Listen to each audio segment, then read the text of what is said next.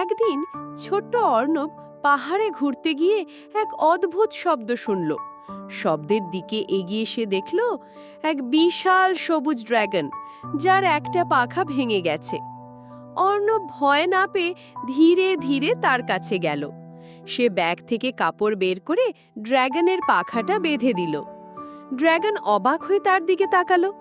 তারপর অর্ণবের সাথে কি হলো তা জানার আগে, বন্ধুরা, যদি তুমি তোমার মাকে ভালোবাসো তবে লাইক করো, আর বাবাকে ভালোবাসলে সাবস্ক্রাইব করো, এবং তুমি কি খেতে ভালোবাসো তা কমেন্ট করে জানাও। কিছুদিন পর ড্রাগন পুরো সুস্থ হয়ে গেল। সে অর্ণবকে নিজের পিঠে তুলে আকাশে উড়ে গেল মেঘের ওপারে। রোদে ঝলমলে আকাশে শেষে তারা পৌঁছালো এক গুপ্তধনের গুহায়, যেখানে সোনার মুদ্রা আর রঙিন রত্নে ভরা। অর্ণব বুঝল, বন্ধুত্বের আসল রত্ন ভালোবাসা আর বিশ্বাস।